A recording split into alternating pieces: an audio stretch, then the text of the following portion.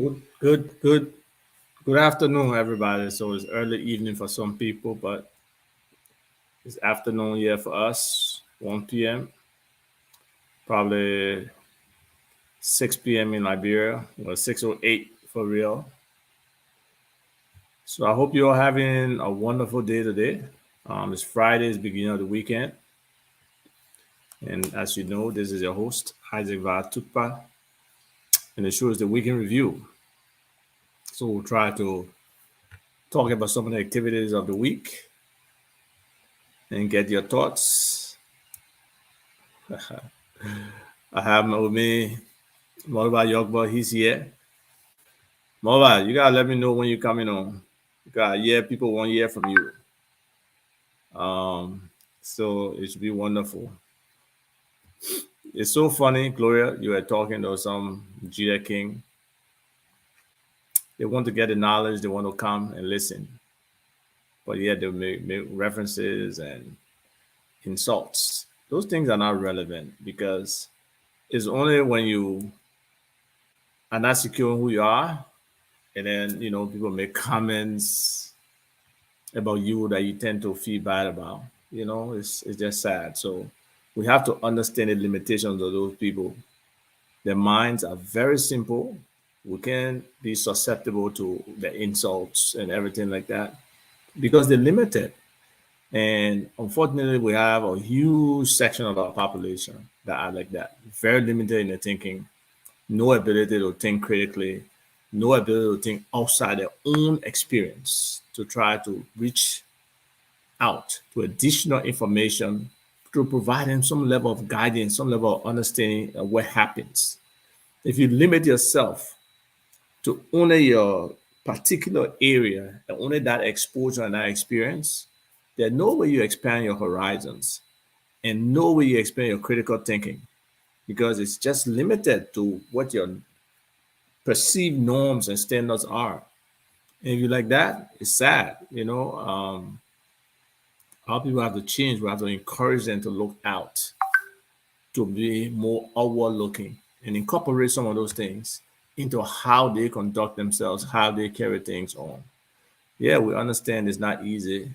When people all they know is insults, all they know is physical domination of the person, all they know is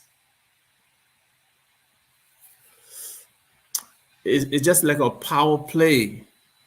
If I can scream louder than you, or I can physically beat you down, or something, and no.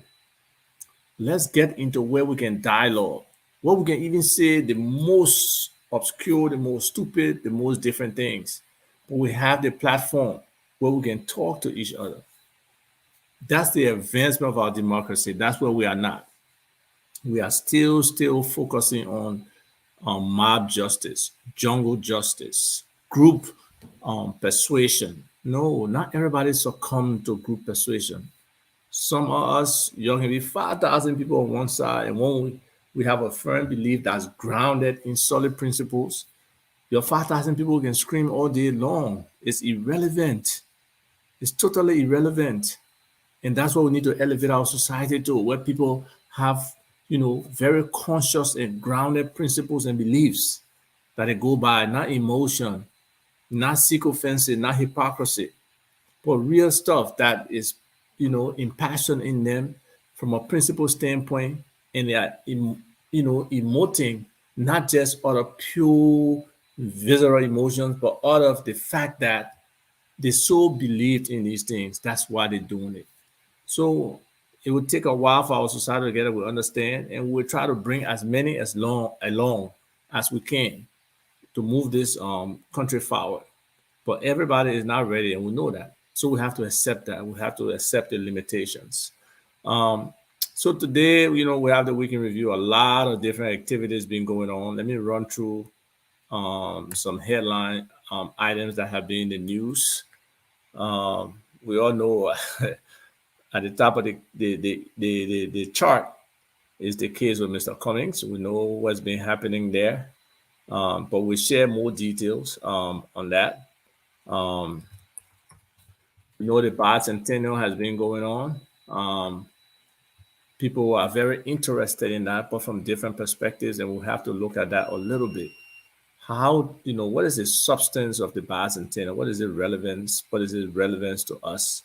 How can it help us as we try to propel our country forward? So all of those things. Trash has been a major issue in Montserrat County. Whether the MCC has the ability or the inability to really handle our garbage situation, that's an issue. But let me go to direct headlines and what they said and how the news around them, really developed over time. We'll try to see if we can, start from the bottom and go up. So we heard that a wrecked vessel, the victims' families are supposed to benefit US $20,000 each. That should be, a real benefit for those victims' families, even though that does not really, that's not the value of a human being, and we understand that. But to some extent, if people can get some benefit for those kind of losses, it will make sense for the families, because they were already poor. Maybe some of those on the book were the breadwinners, and now they have the opportunity to get something back. So we hope, that moves forward. We hope there was some kind of insurance that provides that. But similarly, we really, really hope that there can be processes put in place that these kind of vessels that are not seaworthy are not put on the water.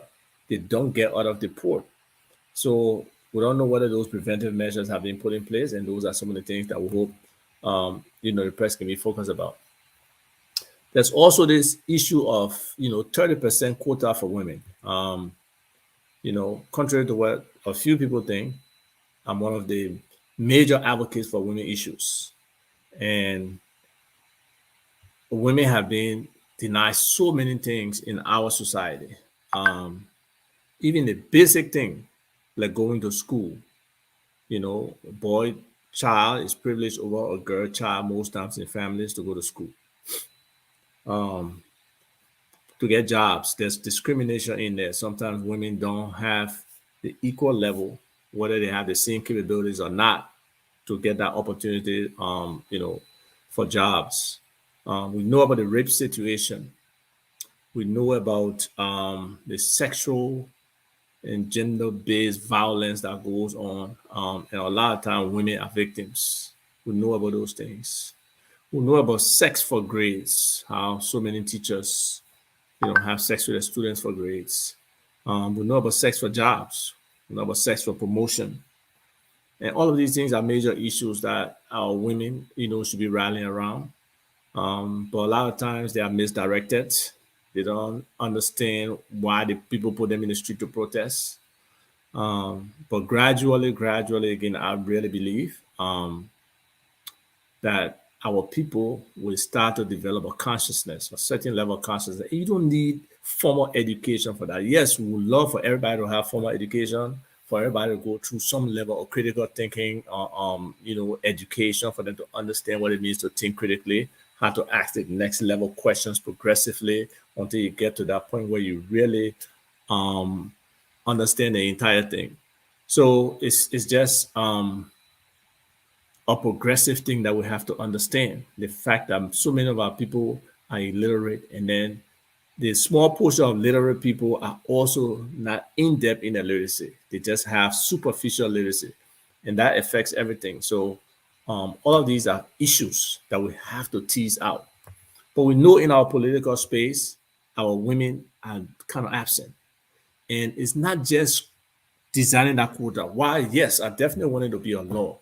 But there got to be a conscientious effort by nearly every Liberian, okay, that women need to be in organized, because it starts from how you participate in your small organizations, how you participate in student government activities while you're in school, how you participate in your university activities, and how you graduate to that next level. Or for some people who don't get that advantage to participate in the academic side of leadership and political participation?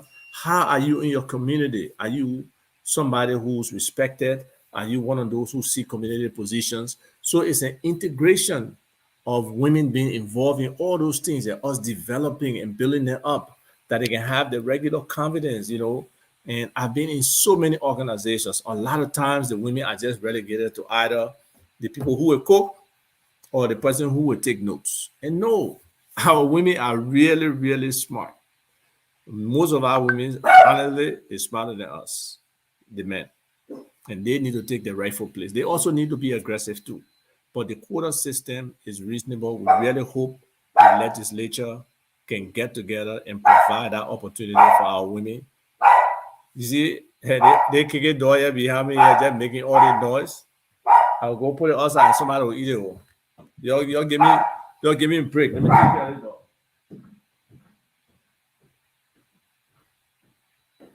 Come on, dog, let's go outside.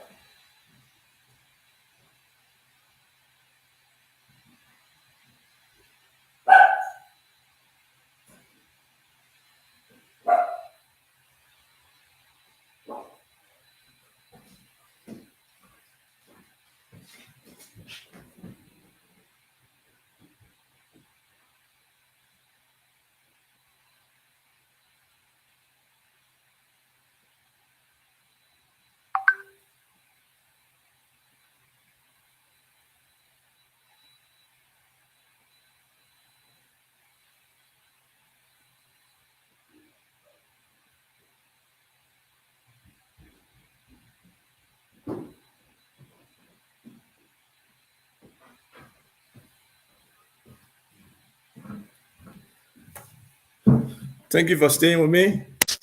My man Tux is a wonderful little dog, but he's just noisy. His bark is way more than his bite.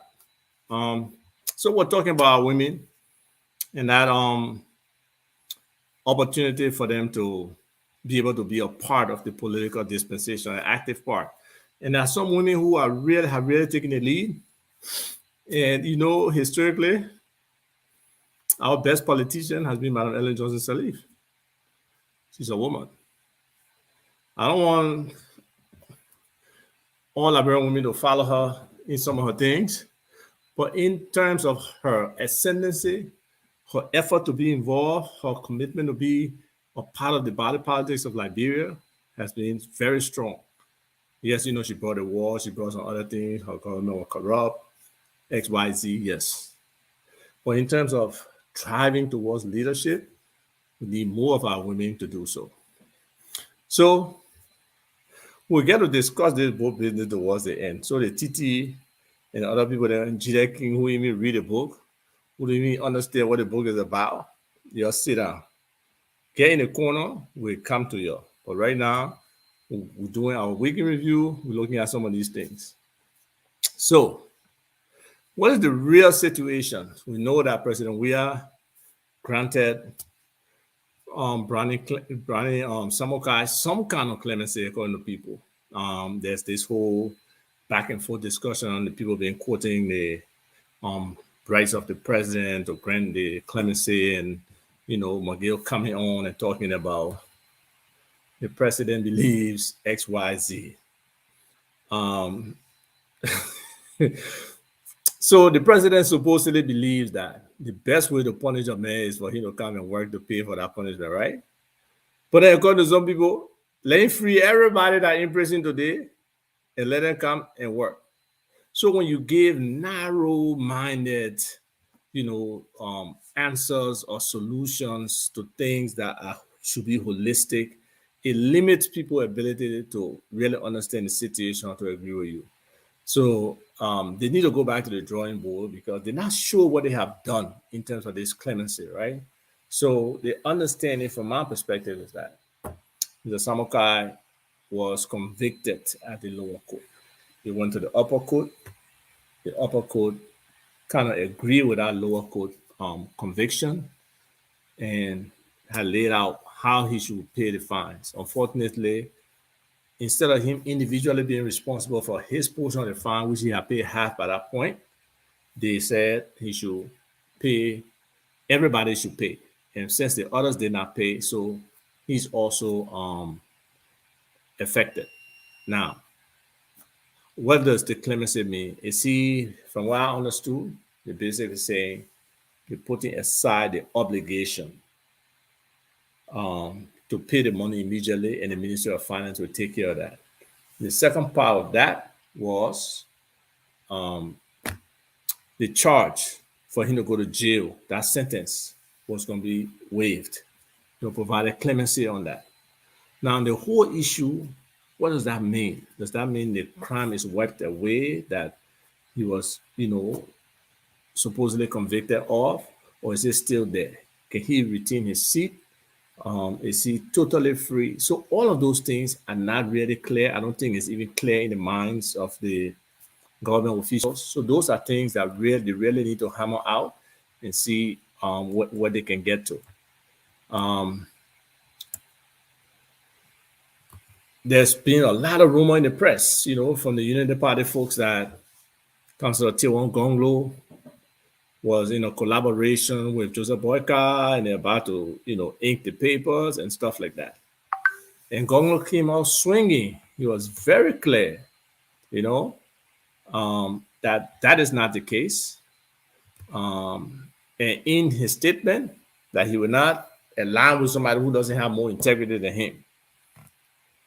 And obviously that means Gonglo is saying Joe Boyka does not have the integrity. So maybe we need to ask Gonglo exactly what he means by that to explain it. Because some of these Boyka supporters run around here and claiming integrity and no corruption and all. But there are other words out there about what the real thing is about. Because, what's up? What the real thing is about Joseph Boyka. And maybe eventually it will come out. Who knows? But for right now, it's clear. Councillor Gonglo, he's a part of a political party. That's what he was saying. He individually cannot go and and join somebody or build a collaboration outside of the political party. So he is demonstrating some level of principles there, because a lot of times, a lot of political leaders outside of the political party with all consultation take decisions sometimes that they want to impose on the political party. And we saw that example with the political leader of the Liberia Party, the former political leader, Yomli Kanga, because I believe the NEC has made it clear that, the ability side has the constitutional authority with the revised constitution to be the actual representation of Liberty Party. So she's somewhere there in the blind. Hopefully she can find herself and know what it's about. So in terms of that aspect of the news, Gonglo is very clear. He's not into an alliance with Joseph Boyka, at least not of right now. And he's not in any alliance with Mr. Cummings either. He's with a political party, and they have the direction to go. The whole karate stuff, right? It was in the news as well. So, Yeke and President Weah was giving, I guess, an honorary black belt in the whole clown situation in my mind. And then Yeke also went and wore his karate outfit and went to session, legislative session. And sadly, people have been memeing them, putting all different images and screenshots of, President Weah and Yeke. Some even claimed they're going to sort of be having a fight on March 1st or March 4th, one of those days. It's just like a ridicule upon ridicule, joke upon joke. When do we really move this country forward? When do we really, be able to say we are on a steady rise? We have the right kind of leadership, or respected leadership, or responsible leadership that understands what the responsibility is to be running a country and to run it effectively. So it's important that our president understands it. And similarly, Yeke, who ridicules him, who say stuff that he gets to that point as well. So that karate outfit and the whole noise around it hopefully will go away and it can get down to running the business because Yeke, as a lawmaker, he has a very essential role to play in the running of this country. And similarly, the president, he has the lead role to play. He is the main character in the running of this country. Um, where are we next? Next week, I got to talk about sports because we have not talked about sports at all. It's just politics, politics, politics. And politics runs the country, but there are other aspects of the country that we need to look at. So there's another accusation of brutality from the EPS. And, just sad, but we know that many of our folks in power tend to abuse it. And there are always complaints and accusations. But so far, the EPS folks have denied any sense of, brutality or anything to that effect. So hopefully we'll know more as that case evolves. The other thing is the neck boss criminal case. That's supposed to be beginning on Monday.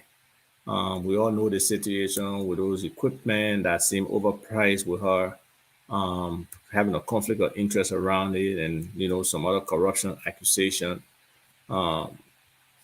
that we have to deal with, or she has to deal with, not us, but we would be, witnesses to the scene looking at what has happened. And this week also, we can't forget, the congressional delegation led by Meeks were here.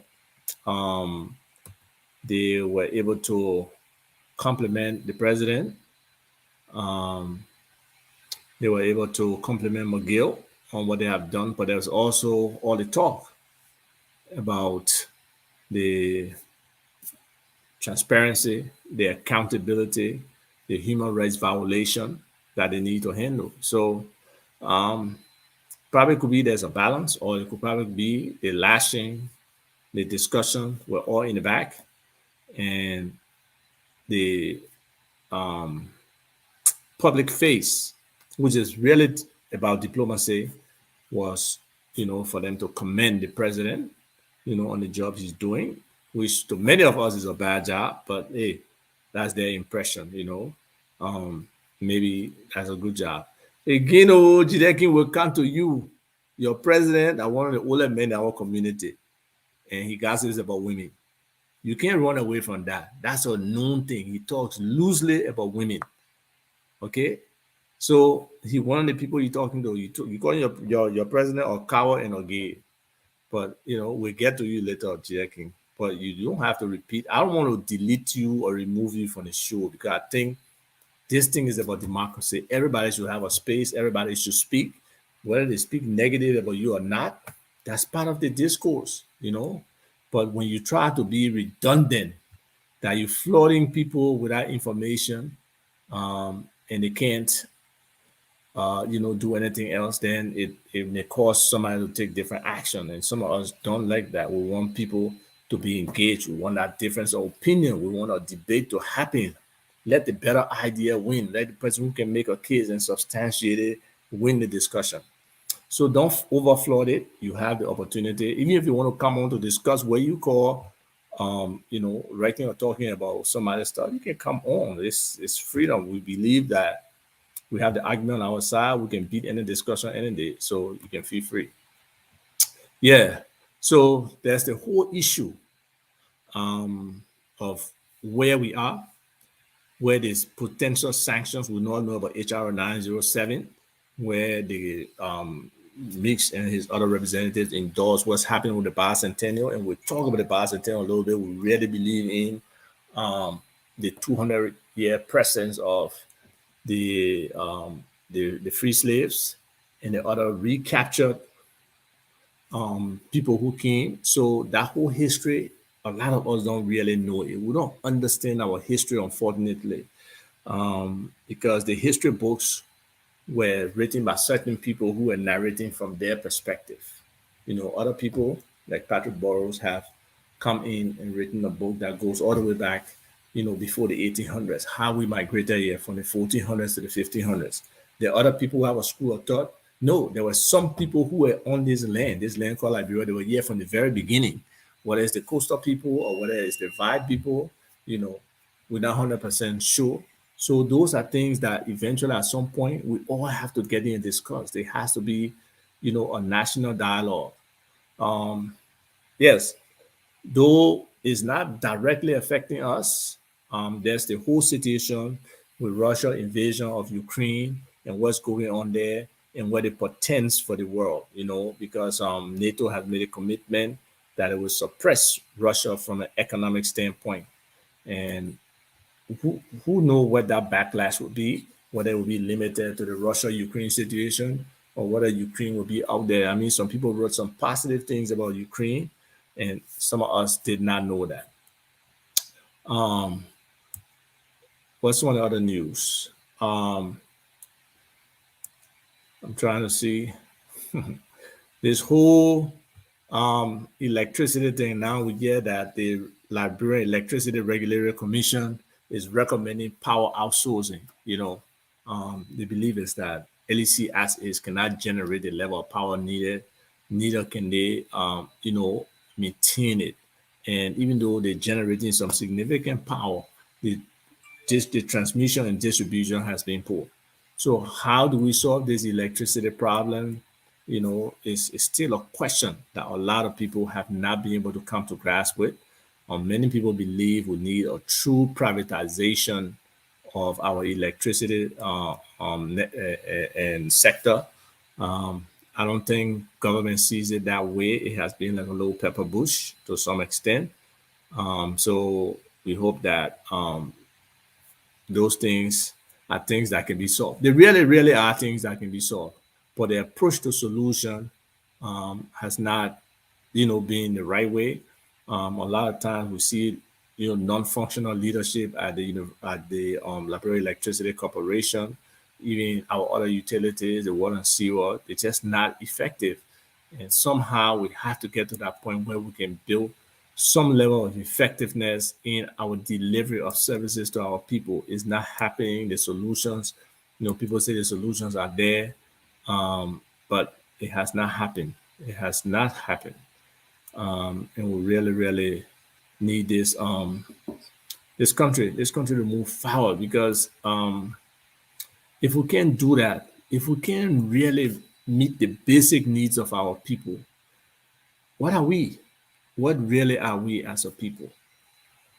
Also, this week, the Senate weighed in on the whole illicit mining that's going on in this country. Even the the legal mining, the constitutional one, the one that has the law, got the concession agreements. They are all kind of illegal. We can't really get the benefits we are from this sector, and this sector has been the historical, traditional economic sector, this mining sector for Liberia. And the iron ore and the rubber, but mainly the iron ore. Now we got the gold, we got the diamonds. They're all coming out of this country, but not benefiting our people. No solid structure around it.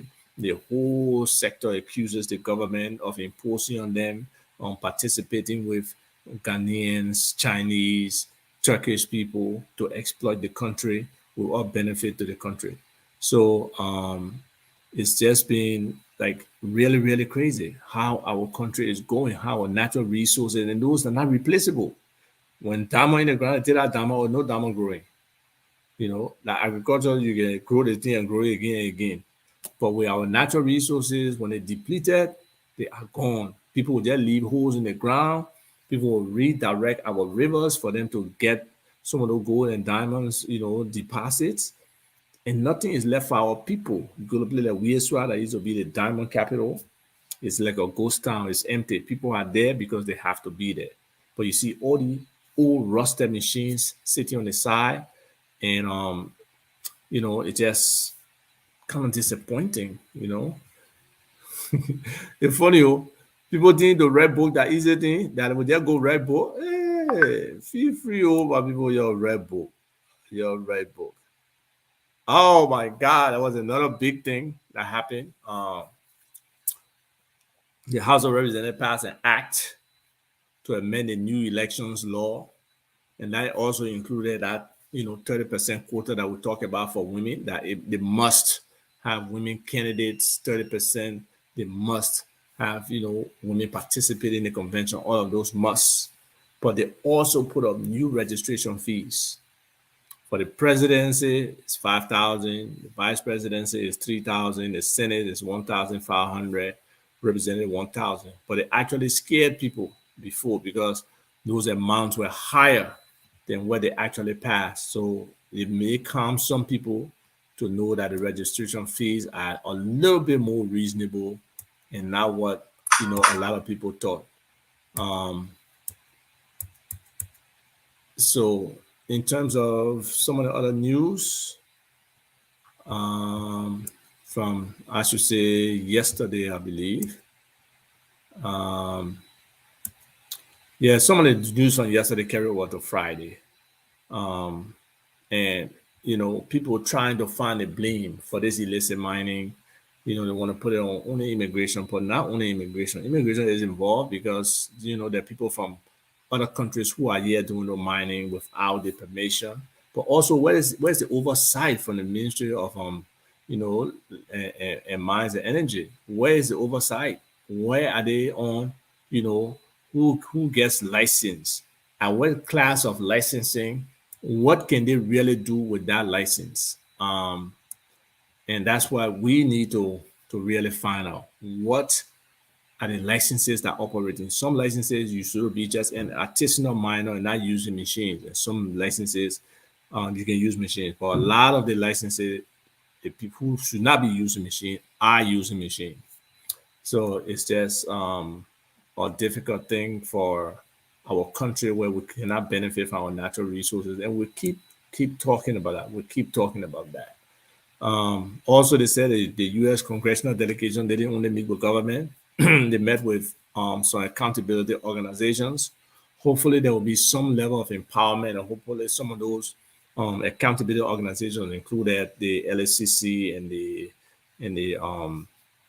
GSC, as well as the internal audit folks, because we know those murders happen that still have not been resolved, that people, are so scared of, like, when somebody is in the hands of the government, like our war, they feel that person is going to die. And just the impunity of the government to hold people or to arrest people who they don't have a case against, which is, just crazy.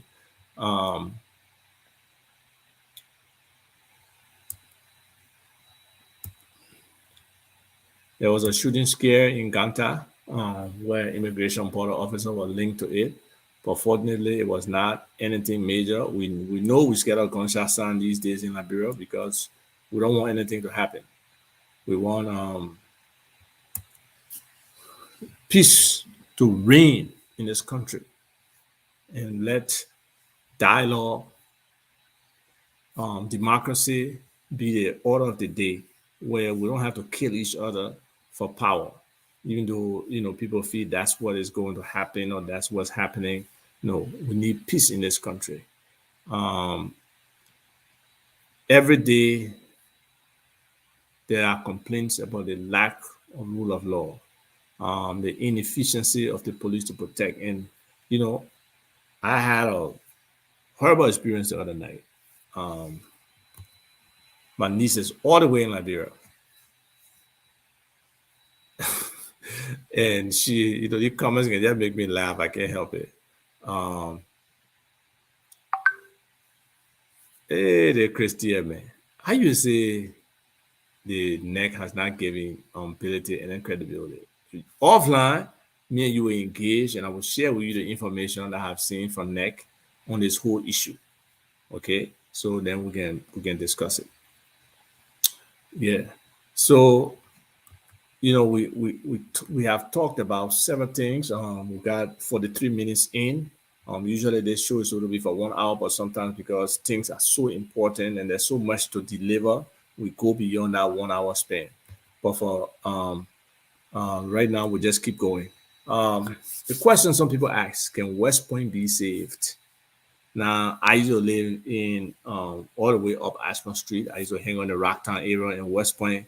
was part of where we used to have fun, right? So I used to go play joker on West Point Beach with Papi there and play soccer there, everything. So it's an area familiar to some of us, and we always envision West Point as a beautiful tourist location. Unfortunately, nobody has been able to get to that point where we can transform West Point into some kind of tourism location that's right in the city and be able to move those people into something different.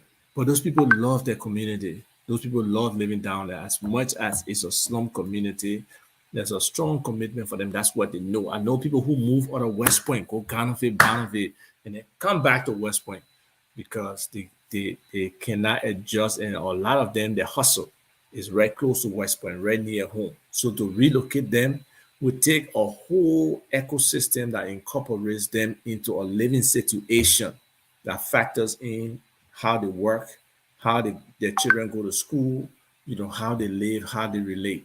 So it has to be something that's well thought about.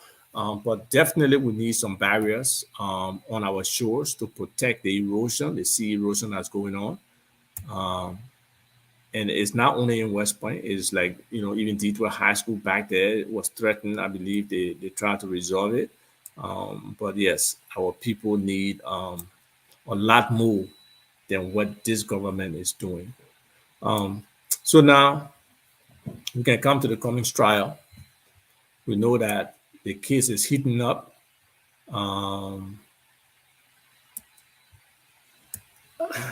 Cephas, at the beginning,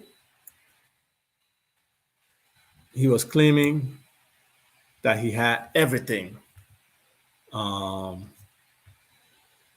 He had all the evidence to convict Mr. Cummings.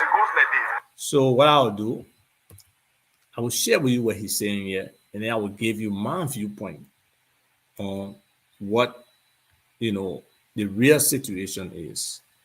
So let me share my screen here. I'll share a window. I'll share this. So listen to Cephas now, okay? The Republic, it goes like this. When an indictment or charge sheet is drawn, the burden is on the defendant. But when the defendant enters a plea of not guilty, the burden shifts to the state. So the burden is on me now to prove. So what I'm doing, I'm producing evidence.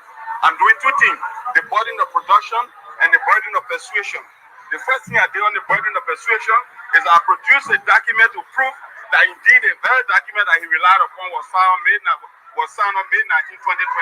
I'm now persuading the court that, look, though the man said that such a document does not exist, even the document that he filed that is being contested bears the date of May 19, 2020. So, in effect, I have succeeded in telling the court that indeed there was a document that I was signed on May 19, 2020.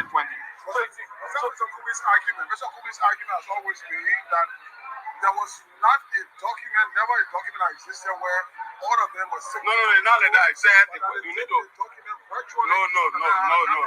That's not what you meant. Why is it so strange? You need to read it. I think I will. Yeah, so you see Cephas? Cephas doesn't even know the case he's making. He doesn't even know the case he's making. He doesn't understand it. It's sad. You say you have evidence, you have proof, but you come to this man.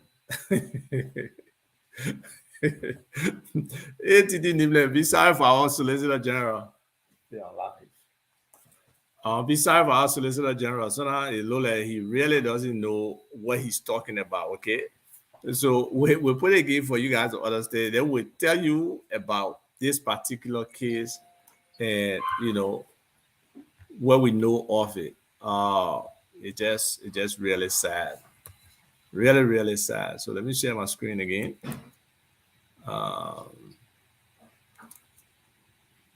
So we can get the Honorable Solicitor General.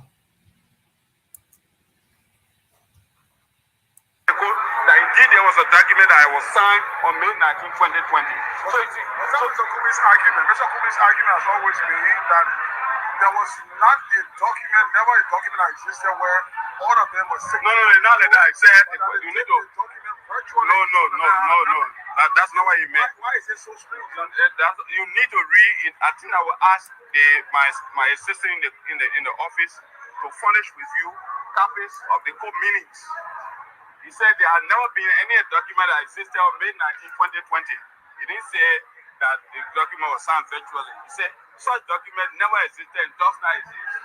So what we are doing now, we are producing evidence now to prove that indeed there's a document. And even the own document that he submitted to the NEC clearly shows May 19, 2020. How many signatories are there? All the signatories are supposed to be a part of it. So when are you going to be bargain court? The court was suspended because there is a U.S.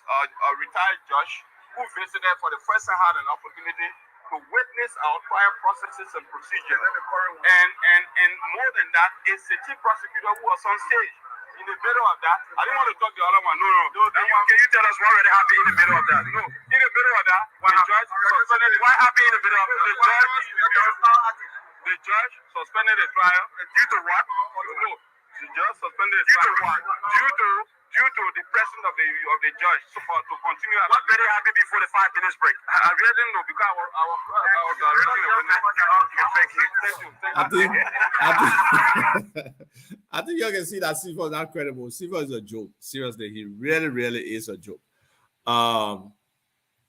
So the case, the information they're asking Mr. Cummings for is the original signed CPP framework document of May 19, 2020. And there does not exist a document like that. On May 19, they did a Zoom signing. One person was in Basel, one person was in rehab, another person in Carisburg, the other person on 15th Street. They signed the document virtually, symbolically. After they signed the document, the next day, the serious wahala came up, where the issue was about the jobs clause on the document, where they were saying that only people who were in the CPP and really involved will be able to get jobs, which is crazy. You know, all Liberians should be able to get jobs with the government. You know, if you qualify, you're competent, the position is open as a Liberian, you should be able to get a job. So they realized the error and they reached out to their lawyers immediately, which was the right thing to do. They reached out to their lawyers. So that document that is symbolically signed, like 4 different documents in 4 different places, they never took that document to each of those other people. So if I sign it now, that means, let's say I was Cummings, I signed it. That means I need Boyka's signature, I need Yomni's signature, I need Yure's signature. And there had to be a 5th one that will probably be submitted to the NEC. So that 5th document needed to be signed to. In addition to that, now my copy, once it gets signed, all the other people copy, Boyka copy, Yure copy, Yomdi copy, needed to be signed as well. So it's disappointing that these people, supposedly respectable people, would come together, sign a document symbolically, and then later on take that document to the lawyer. So they forgot about trying to finish the signing process because it had to go to the lawyers the next day. Once it got to the lawyers had some time to review it. Okay? The lawyer has some time to review that document. And even you can look at the newspaper clippings from back then. And I will share with you a Front Page Africa story that happened that they posted on the 24th. But there even Facebook posts from Front Page Africa from Martin Colley, that had objections to that job clause. So let's see if we can share the job clause with you. Okay, so we share our specific on screen, which will be helpful for you to understand the story from that point. Sharing here, share screen. We'll share a window. Okay, we share this window, and then we go to the article. So this is the article. You can see the date, May 24th, 2020. It's a front page Africa article. Liberia, controversial job clause greets Cummings as Senate as head of opposition alliance. And what's interesting here, I will take you down to the criticism that came. Even Moba Molu weigh in. The clause is more amplified in reflection of the opposition's unrestrained criticism once heaped upon leaders of the CDC, including myself, Molu, a fortnight ago for recommending seditions for employment opportunities, even though the CDC was at the same time defending the president's decision to appoint members of their parties, the opposition, to important roles. So Molo making the case that the opposition wanted the president to appoint opposition people in the CDC government, but they had a problem with him listing seditions to be a part of that process. There was also a clause from Bernard Ure, which is right here. Back then, he said, this document is a living document. Nothing in here is carved in stone. This document, I believe, will move from imperfection to perfection. So right there, he recognizes that the document is not correct. There are opportunities for improvement. And I think that was a general consensus among them. Then he said, once we have agreement among the four of us, we'll certainly make the changes or make the corrections to ensure that the aspiration of the four political parties are taken into consideration in this document. Well, I hope he also meant the aspiration of the Liberian people and other people who were not there. So the case was made, okay, already that this document was flawed, that they had to go back to the drawing board. So what did they do? They went to their lawyers. They went to the lawyers. They submitted the document to the lawyers. The lawyers, in their wisdom, reviewed the document. They came up with 10 fundamental things that the document needed to change, and they changed those. So by that time now, after May 19, Mr. Cummings had become the chairman for the CPP. So the lawyers were directly connecting and communicating with the chairman.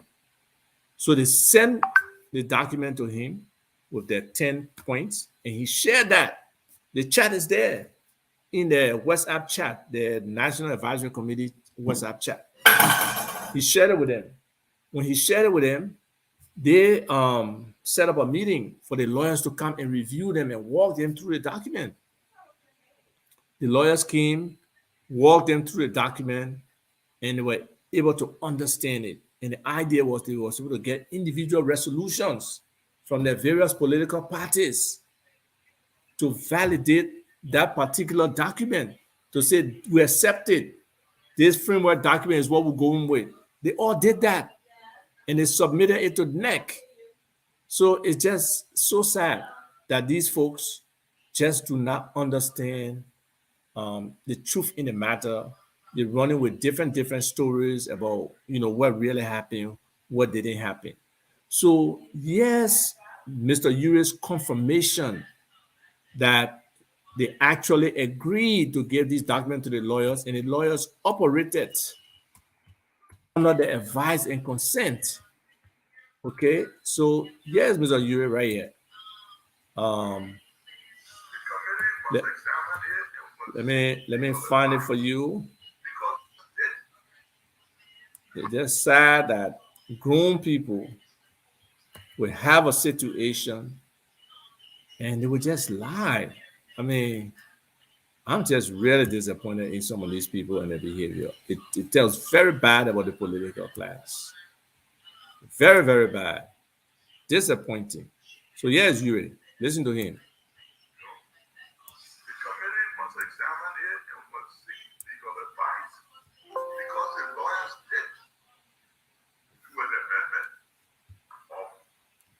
Yeah, the lawyers did do an amendment. Okay, let me let you hear him again. Oh. He said it.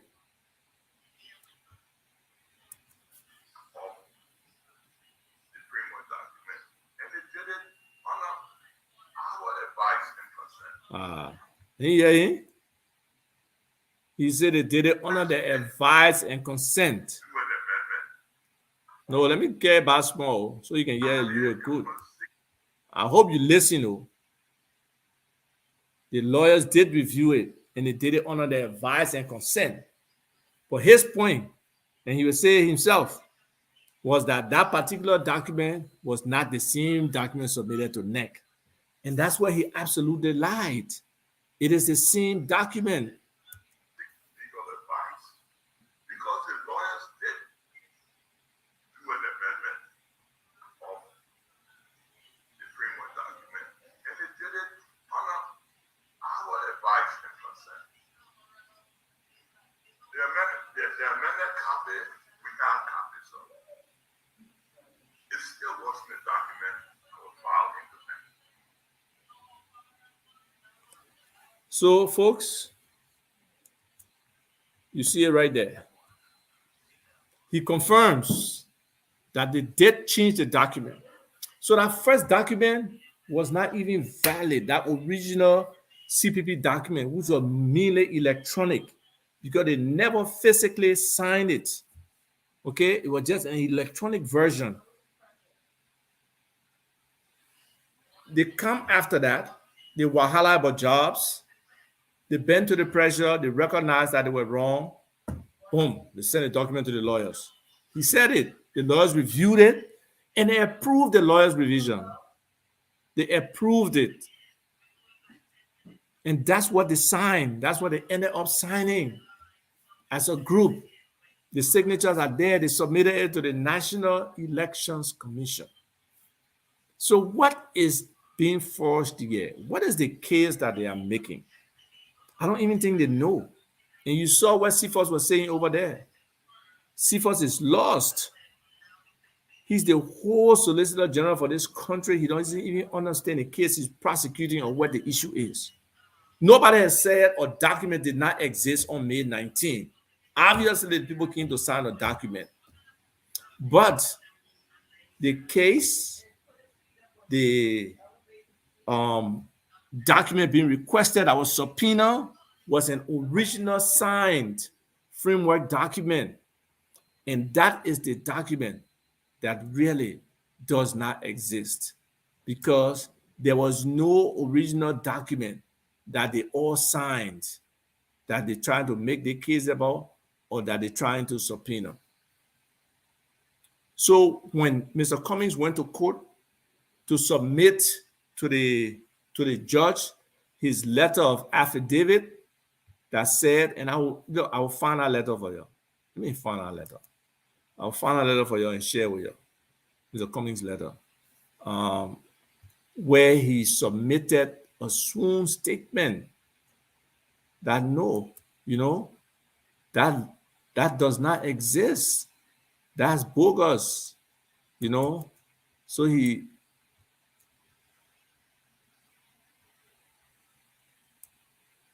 it may take you some time, but I think we should actually do it. We should go through the exercise, so people can really, really understand what's going on here.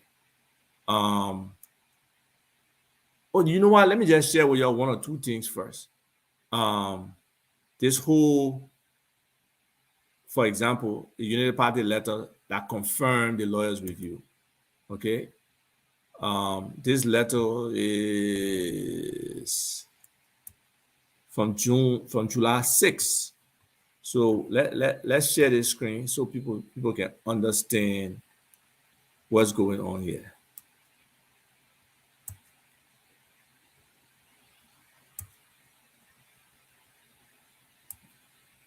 So I don't know if y'all can see it, but I'll try to zoom it so y'all can see it. Okay. Y'all see United Party heading here from the Office of the National Secretary General, July 6, 2020. They're writing to the National Election Commission. They say, on behalf of the national leadership of the Unity Party, we wish to greet you very warmly and thank God for your health and work during this national fight against the deadly coronavirus pandemic, against which a state of emergency is currently enforced in Liberia. So you see that part? The state of emergency was enforced. So there was limited interaction. And that speaks again to why they did it on Zoom, because coronavirus was evident. He continues, in compliance to the CPP framework document signed by the political leaders on May 19, 2020, and subsequently reviewed by the party's legal team, subsequently reviewed. So that symbolic signing on May 19, 2020 was aborted and the document was reviewed. And now the Unity Party would like to submit to your good office a resolution with the party's NEC members' names and signature affixed, endorsing decision to form a collaboration named and style Collaborating Political Parties. So right there, it tells you that these guys recognize that they did not sign that May 19 document as a group. It was not the final document. They took it for revision and they did it. We even have the LPP resolution where Yomli herself signed after the fact. So the fact is there. It's simple. There is no case. Nobody finger any document. They sent a document to the lawyers. When Bernard made his accusation, Yomli sent a document to the lawyers. First, before they sent it to the lawyers, they had an investigation committee. The investigation committee looked at 3 documents. They looked at the document from May 19. They looked at the document, the final document that was supposed to be submitted by the ANC, which are now the lead because they're coming with the chairman. And they looked at the document that was actually at NEC. Now, if you agree that the lawyers revised the document, so it should be the final document as compared with the document at NEC. They did that analysis. They didn't find any difference in terms of the content. They just formed the labeling. Let's say if you have something ABC, whoever submitted that last document formatted A 1, 2, 3. Okay, so the document was essentially identical. But in the analysis, in the investigation, they were clear with that. In the analysis, they start comparing the original document, which had the jobs clause, which had the exit strategy that they were all concerned about, with that final document at NEC.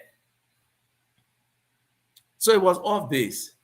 So they sent it to the lawyers to say, lawyers, you'll review and revise this document. Whatever you review and revise, how does it compare to what's filed with NEC? The lawyers responded. Look, and the lawyers, they're not joking lawyers, they're serious lawyers in Liberia.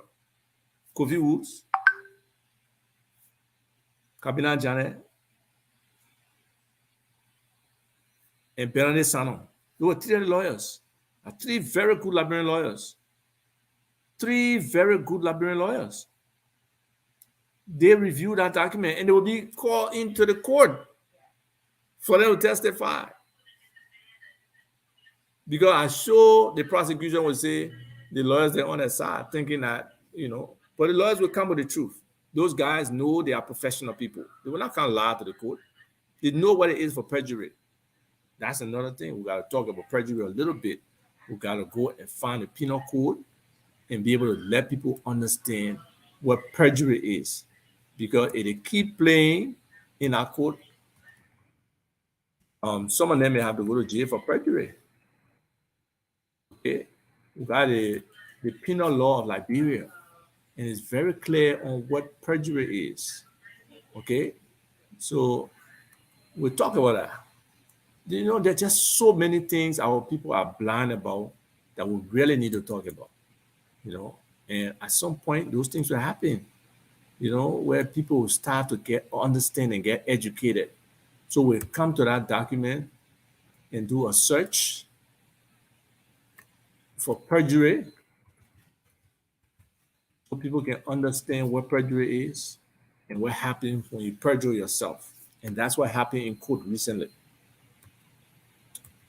when they went for the case, because the case is to trial now. You know the people are trying to prolong the case, right? All these delays and everything. Um, they they wanted the judge to declare Cummings a hostile witness because Sifa were asking some dumb questions that Mr. Cummings were answering that made him look even dumber, and he didn't like that. So the judge ruled just the other day that, or 2 days ago, right? No, from Thursday, Friday, Wednesday. So the judge ruled that no, Mr. Cummings is not hostile. Let move with the case. What's next? So the court Tiro Momo, I think he was the first witness there. And he lied. He said he actually took the signed documents, 5 copies, and went and delivered them to Mr. Cummings. Now, in transition from Europe to Mr. Cummings, to show you how inefficient and how poor your leadership was, not one document was handed over in the transition. Not one.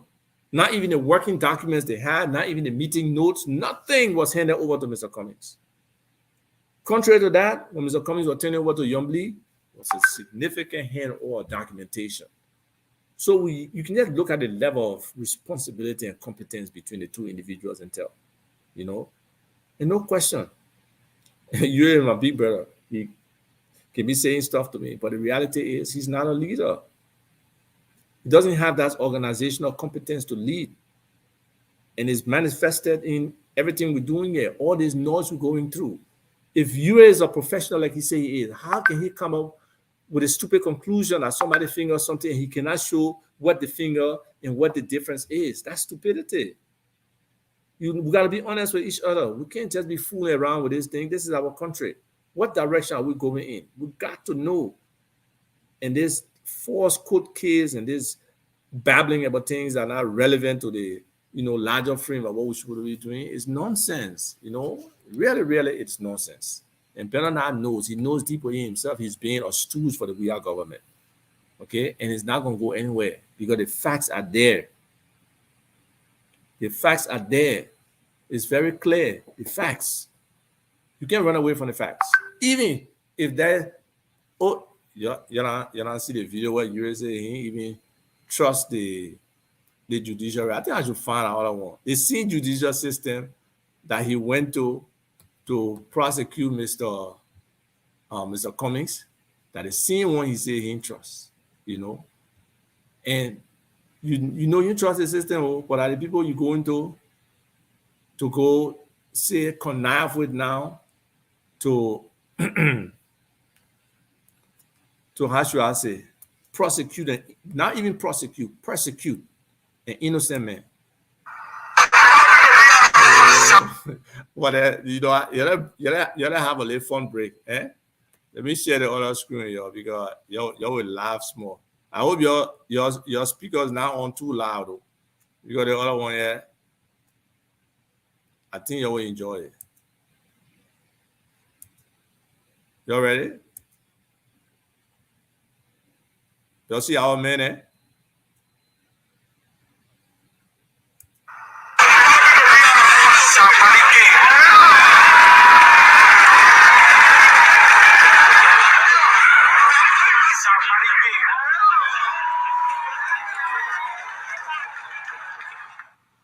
Okay, y'all look at it again. Y'all tell me which form better, President We are.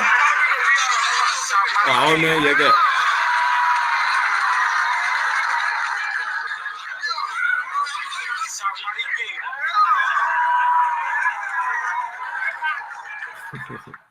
No, but seriously, from my opinion, I think Yeke form is more efficient and more effective. The sharp way with which he changed direction and set his form, I think when it comes to speed and it comes to form, I think Yeke was better over there. But what we're really talking about is Ben and I's statement on the state of the judiciary, where he feels that the judiciary is useless, the Liberian judiciary is useless, They can't, how should I say, they can provide justice. You're not safe. I will try to find it while we're on, but I can't see it right now. So we're not focused on it. But I guess we have shared most of the news for the week. Um, if there are other people, uh, who look, Chris Costa, that blackmailer. Costa useless. I can't come go argue with Costa. Costa need to elevate himself, his emotional thinking. He need to really elevate himself. His emotional intelligence is low. So I can't go back and forth with Costa. Costa like my name. Let me use my name. I'm picking. It's free. You can use my name on his platform any day. But I can't delay myself and spend time, talking about Costa. It's worthless, you know. So back to the point, you crying about tell us when you're writing your next book. My next book is already in process. That's gonna be about the governance, the bad administration of George Weah. It will come out next year, somewhere around June. That's the next book, you know. So anyone know it's coming, but we are better improve in these 12 months. If he improve, that book will blasting. But the sad part about your ignorance, Chris, most of your sycophants and hypocrites who out there talking, you guys have not even read the book. The book is about President Weah's story. It's a wholesome story. President Weah's life, if people can live it the right way, that's a path to serious success. President Weah did very well early. He did very well in his athleticism. He did very well in becoming a star for Liberia. He did very well in helping different people in refugee camp and all of that. The stories are good, but most of you, due to your ignorance, you take two words, type vaginally, you take a phrase or a paragraph where the man discusses why he thinks his wife was the one he chose, and you choose that to be the entire totality of the book. You take something, the whole situation will rape, that his mother was raped, as if to say, you don't know, every day young people, young women are being raped by men. All the cases in Liberia with rape, you don't cry about it, you don't demonstrate about it, you don't advocate against rape. You sit there. Just sit there and then come hypocritically and say we use the word rape, so we're insulting his man. What kind of stupidity is that? I'm so disappointed that some educated people who are being very, very stupid about this. How is the word rape an insult? How is the word the two words type vaginal and insult? How is somebody's description of the wife's ability and why they married a wife an insult? No, go to that person. We are only messengers. The lack of critical thinking in our midst, the lack of exposure is really, really affecting us. Rape is a serious problem in our culture. We take it and we accept it. Even in some of our societies, they protect the rapist. So our children are like vessels. Our children are like vessels that we just use, or tools that most people use for their own benefits. It's sad. We need to change. Look, that book incorporates a lot of the negatives in our culture that we need to look at. The rape, the disadvantage of women, the pedophilia with these young girls, these underage girls that's happening that people don't want to talk about. All of those things are part of our culture we need to expose, we need to talk about, we need to improve on. But right now, I do have a guest. We'll come back to the book. Hopefully, he won't be too long. And he will introduce himself. This is Dr. Daka Shea. And one of the major things that we have to change before we move our country forward will be mindset. And he will try to give us some analysis of what he sees as happening in our country with our people. So I will bring Dr. Daka Shea to the show. Greetings, greetings. How are you? Good afternoon, everybody. How you doing? We're doing good. We're doing good. Wonderful. There seems to be some kind of echo. I don't know what it is. Okay. But just briefly introduce yourself for our audience. My name is Dr. Kendrick Dalcachet. I live in the greater New York area, New Jersey area. I'm a clinical neuropsychologist, uh, and I'm a good friend of Isaac. So you say clinical neuropsychology. What that means for the layman? What does it mean? Clinical neuropsychology is anybody who deals with brain uh, trauma, brain damage, study of brain damage, and a treatment of in patients with brain assaults or insults. Okay. So can it be a non-physical insult, like probably like something like post-traumatic stress or something like that? Does that apply in your case? Yes, a post-traumatic stress basically is a traumatic stress. Stress or trauma can lead to post-traumatic stress, and these events are derived from environmental situations like war, rape, and other situations that can lead to abnormal behavior and abnormal experiences. Okay. So with our country and what our people have been through, um, the war for the like 14 years and some of the other impact, um, what do you think? Because the Carter Center, I believe somebody did a study, I think on Cooper Lady, that 20% of our people suffer from PTSD. From my exposure and experience and engagement, I think more than 50 to 60% do. So Right. what are your thoughts on that with our population? Well, their population, because they're given that the war was ongoing for like up to 15 years, the traumatic experience was very pervasive, meaning it was widespread from children. I mean, children born during that time are still negatively impacted by those traumatic events, and these events can cause injuries to brains, different parts of the brains, especially the hippocampus region of the brain, which deals with emotional regulations. Okay, and you see people act out, people cannot think straight. They are easily fear. They respond to fear differently, and also it leads to parts of the brain not developing properly. So these traumatic events can be very long lasting, and it can be very impactful on how the person behave in greater society, and how the quality of their life, and how they experience human interaction on a whole. So that leads me to this question. I don't know why there's an echo in my voice. Ruth, I'm sorry for the echo. Um, but I've said a lot of Liberians have arrested development, and what you're just telling me from a scientific point, I was just doing it from an observation point. But Right. you are telling me from an from a scientific point or medical point that the brain is actually affected in a way that it doesn't develop fully. So there is some level of arrested development. Yeah. Yeah. There often is. Okay. Case in point. I mean, because we have in trauma, we often tend to relive those traumatic events.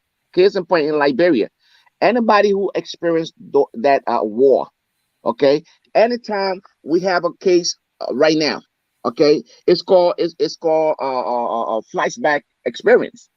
Okay, anybody who experienced the war in Liberia in the war lasted for 15 years, so you can imagine the kind of traumatic experience, wholesale traumatic experience. Okay, right now, those people who experienced that event in Liberia, you could imagine what they when they see Ukraine, the current situation in Ukraine, when they experience that, it brings them right back to the Liberian experience, and that Wow. yes, that can be very devastating. Some people can start to experience heart palpitation, sweating, shivering, and those are the emotional and physical response to those trauma, and it can bring them right back. If the person is Wow. not emotionally stable, it could even lead to some physical events in their own experience. So I So mean, yes. So we went through supposedly a rehabilitation point in 2003 to 2005. Right. Many people felt it never really happened or it wasn't adequate for our population. So from where we are today, the number of our young people who are in the streets, or even some of them even older now, that they label and call Zogos and stuff. Right. Right. What's a potential roadmap to redirecting those people and limiting the new additions, because the population is increasing basically on a daily basis? Well, I mean, for those people who, I mean, you have to remember, the most uh what could really help these individuals who we call Zogos or stuff like that, their experience is probably based on not being able to manifest their to renew their current life experience. Okay, they don't have they're not employed. Okay, they're not getting any financial support from the government. So the reason the thing that will help these people out greatly will be to bring them into the fold. Okay, retrain them and give them gainful employment. That all could kind of minimize or redirect their thinking away from these traumatic experiences. If you don't do that, they will, because it's always a continuous meditation. You keep thinking about your experience, the negative experience you had, and how society is not paying attention to you, and all those can lead to from one experience to another, from one uneventful experience to another. And so that would be one of the better way to help these individuals. You know, to help Right. them rehabilitate themselves. Rehabilitation, I mean, it works within context. Okay, in Western civilization like ours, rehabilitation can work. Okay, because we have a foundational format for those. But in Africa, it's different. So I you mean, said the supporting stuff is not there to help these people. I mean, it's not. Actually, it's not. Okay, from what I hear and what I see, it's not. There's no financial support. Okay, how can a person who have had a traumatic experience from war, okay, rehabilitate himself if he has nothing to look forward to? His quality his quality of life is still diminished, okay, or poor, and he has nothing to look forward to.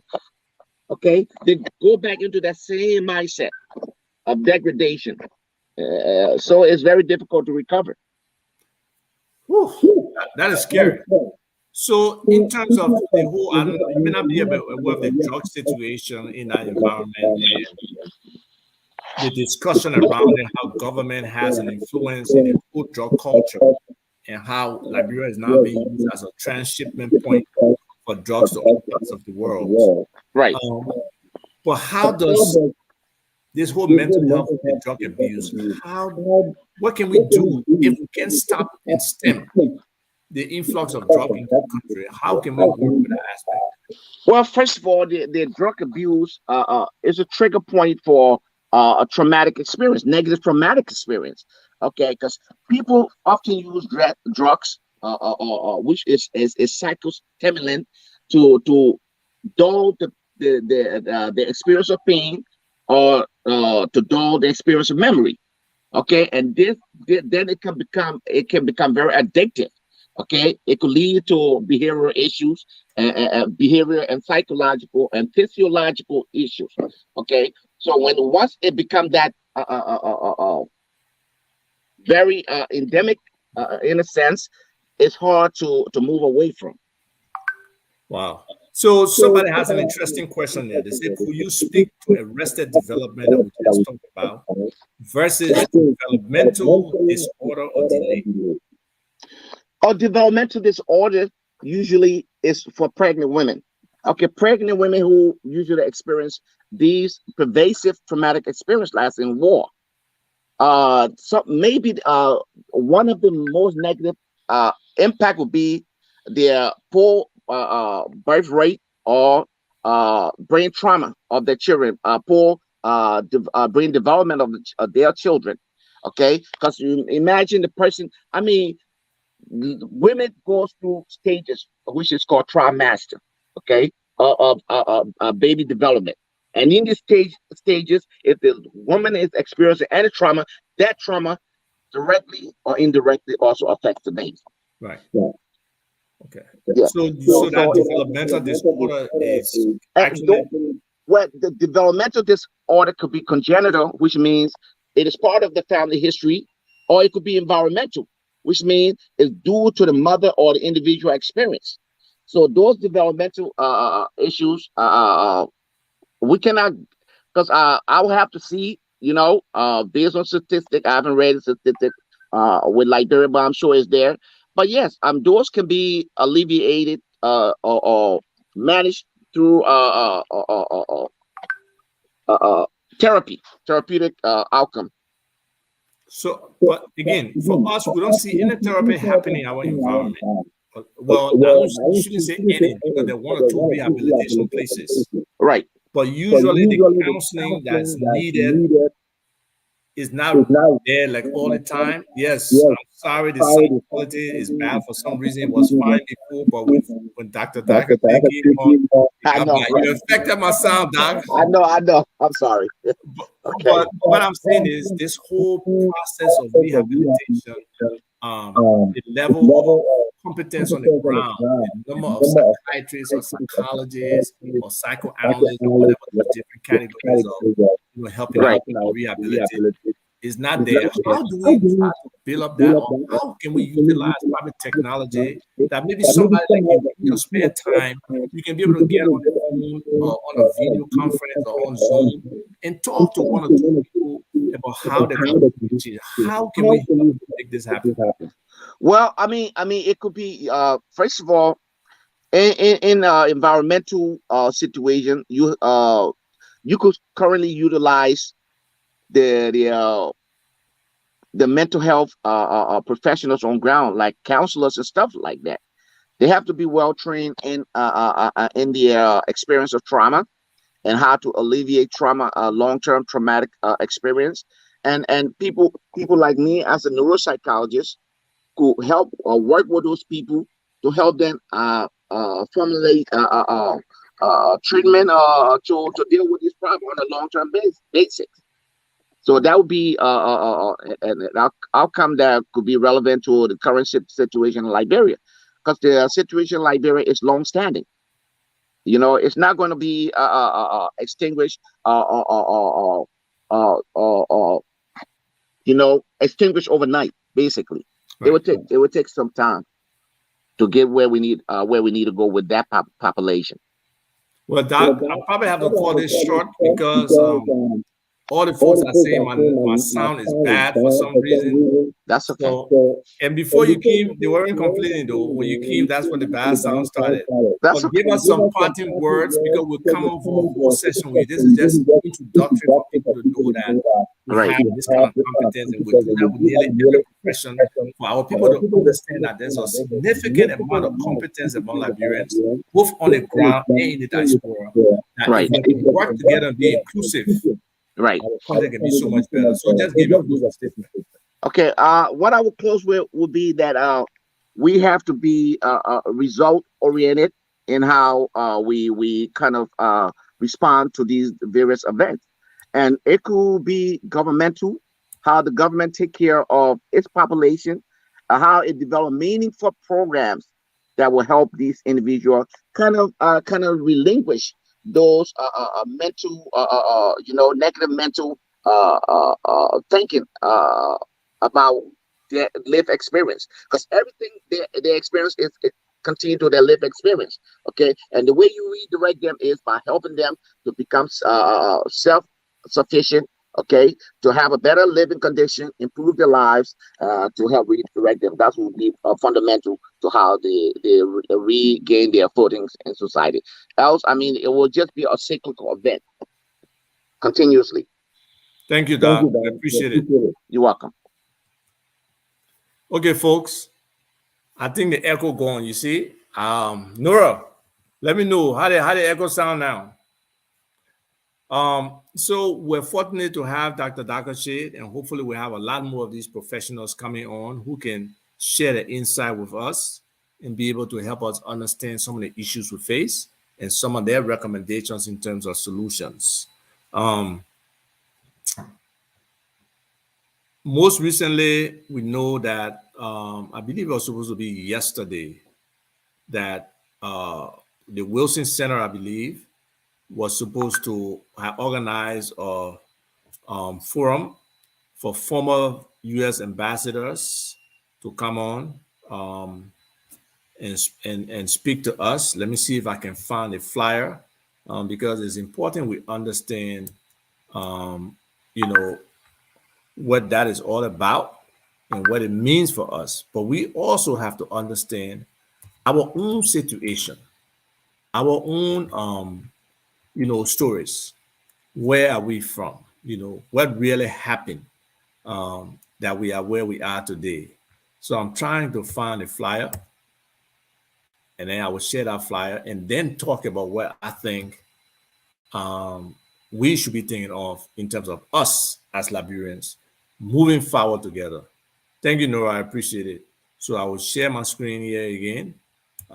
This is a wonderful feature, I guess, which can really help us be able to share information with you. So here it is. This is what we had. So it was going to be by the Woodrow Wilson International Center for Scholars in Washington, D.C. Based on the fact that the folks came away from 1822, so this year is a 200-year celebration of that. It's not celebration of Liberia's independence or founding, please. It's a celebration of 200 years of the return of the free slaves. That's what it is. In 2047, that's when we'll celebrate that 200 years and that whole 25 years from now. So we don't know if some of us will even be here because tomorrow some are turning 60. So they were going to have Linda Thomas Greenfield, who is currently the U.S. Permanent Representative of the United Nations, and she was an ambassador in Liberia for 4 years, 2008 to 2012. Really more than 5 years because at the beginning of 2008 towards the end of 2012. She had that tour of duty. Oh, my WhatsApp closed up. But anyway, she was going to speak. And then in addition to her, there were the four other ambassadors, that served the term here. I believe Deborah Malak was one of them. Christine Elder. I don't want to lie to you. Let me find the other ones. They are right here now. I have them. And then there was John Blaney, who was here earlier from 2002 to 2005. He was here basically for parts of the war and for us to go through our transition government. Then he was succeeded by Donald Booth, who was from 2005 to 2008. And in between him and Deborah Malak, that was when Greenfield came by. So they were going to have a panel discussion, and the moderator was going to be Elias Shunayan. He was the former Deputy Minister of Foreign Affairs. He's now, like a dean at Cotton Graduate School, and he's running the program there. So it would have been a wonderful program, but the program never happened. And my point is, we understand, but they were going to be telling their perspective of our story. What happened with us as Liberians, telling our own story and being able to talk about moving forward and all of those good things. So I've reached out to Mr. Shunayan and a couple other people for us to consider still having in 2 to 3 weeks, because this stuff is gone and it needs planning to put some of these things together for us to be able to have that discussion, right? And in my mind, the areas we need to look at is how do we dialogue among ourselves first with regards to the issues of reconciliation and integration. There's all these different tribal pockets or hot pockets where there are issues between tribes and even sometimes internally in a couple of different counties. So how do we look at that? How do we look at all this noise about. And right now, a lot of people are interested in our history. You know, where does our history really begin? Who was here first? Who migrated? Okay. How was that integration? Then the free slaves came. But then with that coming, there were the free slaves. There were the people who were captured in the Congo Basin. There were other people who were actual free men that made the choice. I don't want to be in America. I want to come here. And they were not slaves. There were people who were born free who came. So it's a mixture of people that over the time we have not learned our history properly. So we have some of these history experts come to talk about these kinds of things. They will also have to talk about our relationship with the African Americans. Um, you know, we had a show when we were pushing for this whole tourism thing, like a while ago. We had a show with the Geechee Gullah people in, South Carolina, and there's a strong connection with our people who were taken from here as slaves, teaching them how to grow rice over there. So there's so many things we have imparted to the world that we don't even recognize. And Dr. Patrick Burroughs did a great job in his book of identifying some of those key things, and I believe he has some program out in Batawi, over the next week or so where people can go there and listen, to him talk and recount stories. And he's a good raconteur. He can really tell stories. Then the third thing is, what is the relevance of this bicentennial and what does it represent? From my perspective, when we're really working on this, I was really thinking as this being a launching pad of our tourism sector, right? And in terms of how we moved from back 2018, maybe when we started talking about this, outside the government, just trying to engage them, I was thinking of building a hospitality institute, training people with regards to that. Doing the low-hanging fruits repair of our tourism sites, being able to even implement some things along the way, like the forest of River says. You can walk through that forest for nearly 10 days. The mountains in Nimba, the Sapo forest, all of those things could be able to make a difference for our people from a jobs perspective, from being able to have currency in our economy, so that's an opportunity that still exists today. And we just still at the beginning of the year of this, we can build and be able to benefit at the same time. So what is the government's plan in terms of how we move this forward? What is the private sector opportunities that are there that people in the private sector can try to take advantage of this, bring investors? Is the government committed to engaging investors without demanding, or extorting money from them? Can they do that? Can they make business a friendly thing in Liberia that benefits all Liberians instead of a few select people who, because they have signature authority or they are in the positions, if they don't benefit, that means the country don't benefit. So those are some of the things we have to work on as a people to be able to get this bicentennial to be relevant. And I'm sure other people have a lot of ideas around this, and that's why we'll get around the table and keep talking about it. Then what do we need to do to ensure that what we do today, this year, will be sustainable over time and will benefit our people and be even a drive to 2047 for those who will be around to benefit?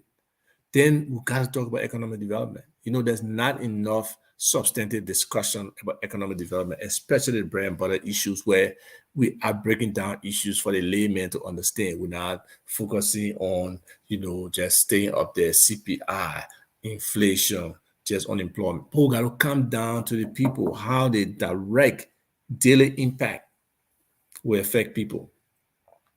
So then our international relationships. Where are we in the Committee of Nations today? How are we leveraging that? How are we using some of the advantages we have, whether it's from our carbon credits, whether it's from our minerals and stuff, to benefit all of these things, So it's important for us to have this discussion. Some people have recommended, a couple of different people who could be on these panels, professionals who can discuss these things and be able to, really help our young people, especially our young people who have a vision, who want to build Liberia, who want to move forward. So I think that's the key for the intellectual part of this. So now we got to get down to some of these people who are whining. Anybody can feel free to write a book about me if I'm that important or that much of a celebrity, and somebody want to write a book about me. That's fine. You can do that. You can even ask me to interview me. I will gladly interview you. If you want to write a book about me, come. Let's have that discussion. But most of you have not read the book. If you, I think I got a copy of the book right here. If you take this book and read it, it'll be helpful to you to understand what the book is about. But if you let your emotion rule you, that, the man said Joey Mao rape. The man said Joey explaining why he loved his wife. Then you're limiting yourself to 2 excerpts. And there's no way 2 excerpts drives a book. And again, for some limited people who will say that is an insult of women, go to the person who authored it. Okay? Thank you, Mr. Konto. Please don't share with them. Don't share the information from that book with them. Let them go read it. I was tempted just now to read the excerpts, the context around the stuff. But it won't matter for them. Because again, if you don't have that ability to think critically, if you don't have that exposure and understanding, you'll be very limited. And we just want people to expand their minds. With the issue of Georgia not being in refugee camps, then there's contradictions. But there's also stories of people from the refugee camp coming to him at his hotel. Okay, some very descriptive and vivid stories of those happening.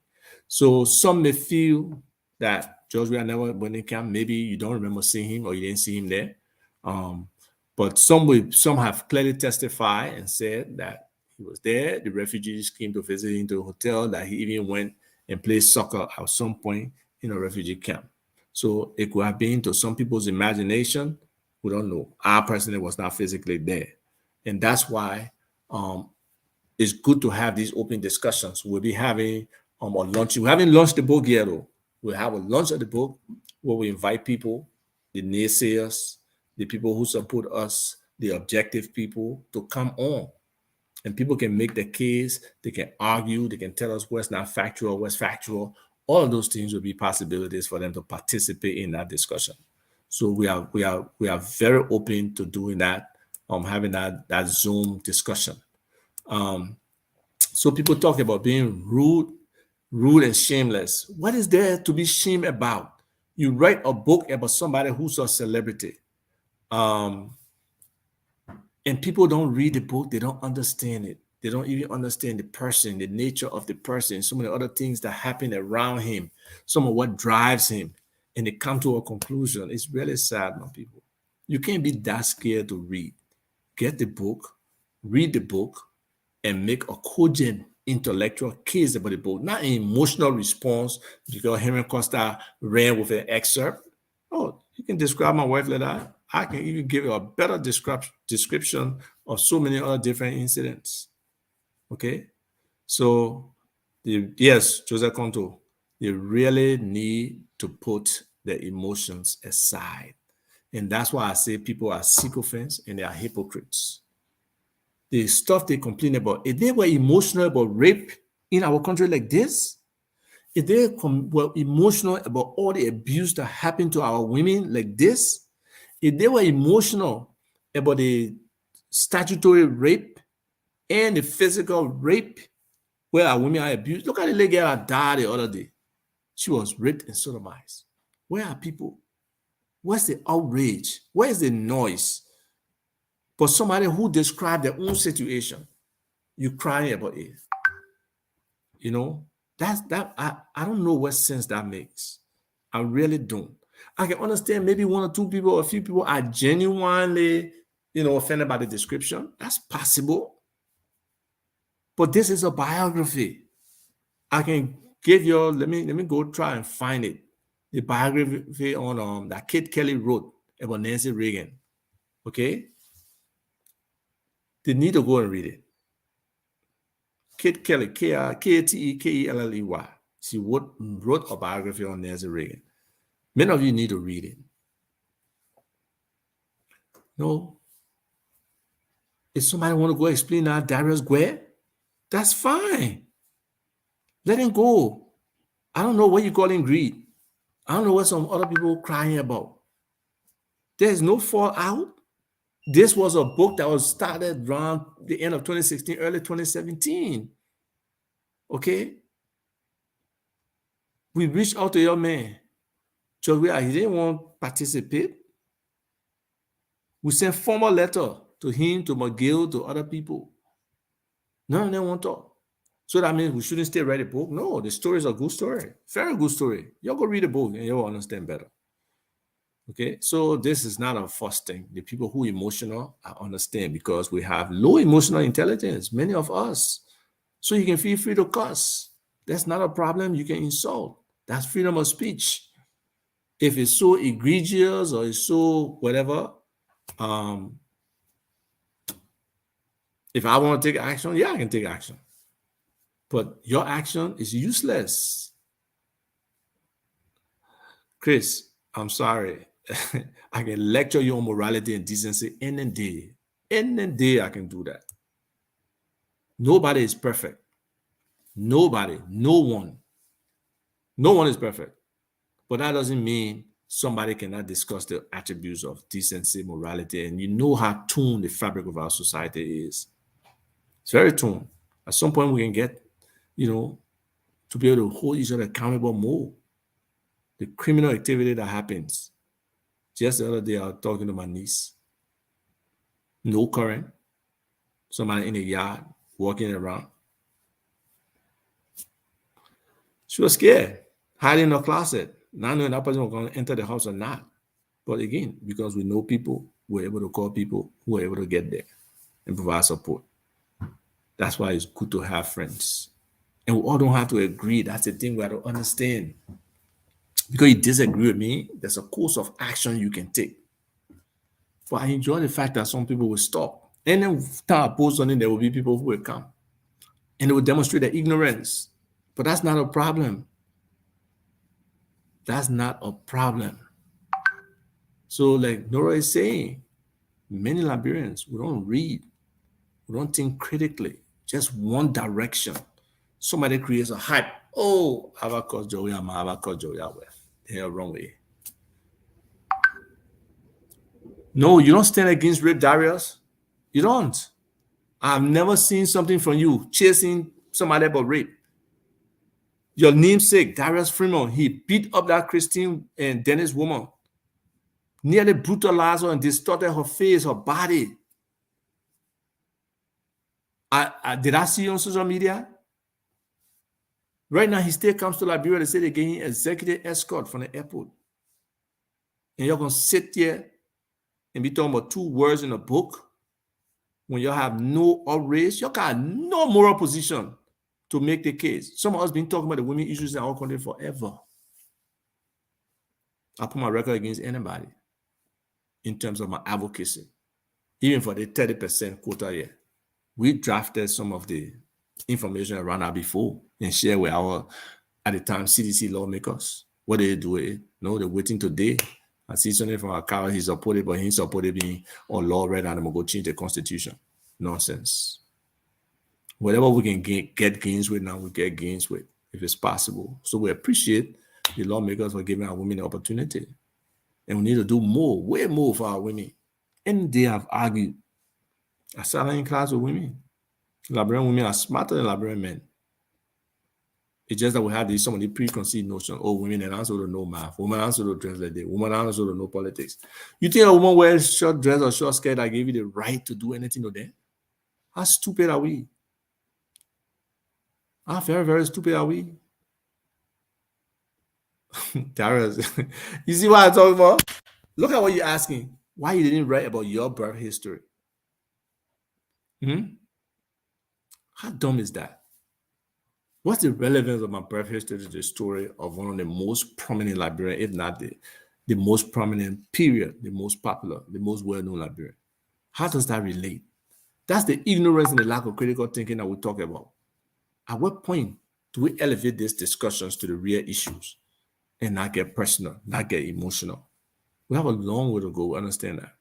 But gradually, step by step, we'll build that and let people understand.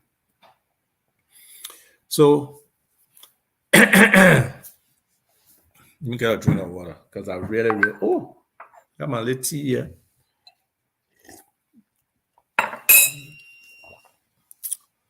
So, folks, I think I had a pretty good 2 hours from 1 to now. I hope the discussion was relevant to you. I hope the review of the week was decent.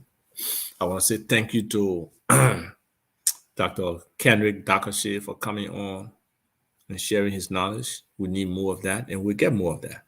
There are so many librarian professionals who are available, who are willing. But unfortunately, many of our people who are in positions to embrace these professionals and incorporate their input into actual programs and action items, they refuse to do that. Why is there such an insecurity? Why? We need everybody on hand to move this country forward. We need people who are willing to give their time, their intellect, their experience, their knowledge to help move the country forward. And if we all wrap around our hands around the country in an embracing fashion where we hold each other, we say, yes, we'll move together, it can happen. That doesn't mean, we still can have differences of opinion. No, we all can agree on the same thing. No, we have different opinion, but we believe in democracy, that the majority wins. Anytime there's an issue, we just put it to a vote. It's simple. And you don't hold it personal because your idea is not the one I'm taking. Don't get personal with it. Don't be insensitive. Don't be insecure. There's opportunity for our growth, our collective growth, and we should leverage those kind of opportunities. You can be insecure, like, unfortunately, when the stuff that comes from Facebook, it says Facebook user. I don't get the name, so I don't know why. But yeah, you're right. There's a lot of insecurity. People feel, oh, somebody want a job and stuff. It's not always about jobs. Our economy, the job potential of our economy is huge, very huge. Every librarian can have a job. Exactly. That's a quotation. If we all agree, yeah, on the same thing, at the same time, who thinking? Nobody thinking. I mean, everybody there, like, yes, sir. It's not the people around you. Yeah. When he says, they all agree. One disagree and say, oh, you can disagree. But it doesn't make sense. Oh, you're Cindy high. It doesn't make sense. And I can't sit down there and people talking stupidity. I just sit down there. That don't mean I'm old people. I'm not a yes man kind of person. I'm an intelligent person. I bring something to the table. And I can't sit down there and people talk stupidity and I just accept it. No. I will share my opinion, but now if there are more stupid people around and they vote off for me, I respect that. But I cannot just sit there, and just accept nonsense, stupidity, crap, things that are, forward thinking, that by the time you go and do it, you mess up and then things break down. No. So, folks, let's love our country a little bit better.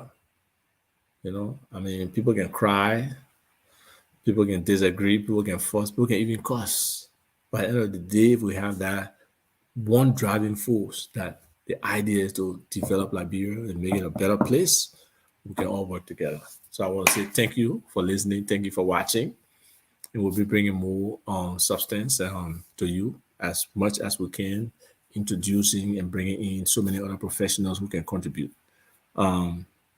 Hopefully next week, I can start my short lunch break. If I do the lunch break, I may move the show to later because some people are saying this 1 p.m. time is not too conducive for them. So we gotta discuss what ideas. Some people want it Saturday. So for those of you who listening, if you got any ideas on what you think will be the best time for the show, please let us know. But I'm going to start my lunch break next week because the crank is out of my neck now. I think I slept funny and my whole neck was cramped. I couldn't even turn my neck like this, but now I can, even though my neck is cracking, but now I can. But yeah, just to help people get fit and to also discuss the issues of the day. That's what it will be about. It will be short, 20, 30 minutes, boom. Workout 20 minutes, talk for 30, 40 minutes, we're done. So it's 1 hour. And, if you want to watch, feel free. But do try to, if you don't do the workout right there, try to do it later because we all need to keep fit. We want a healthy population, we want healthy friends. A lot of things are happening in the world today. So thank you for your time. Peace.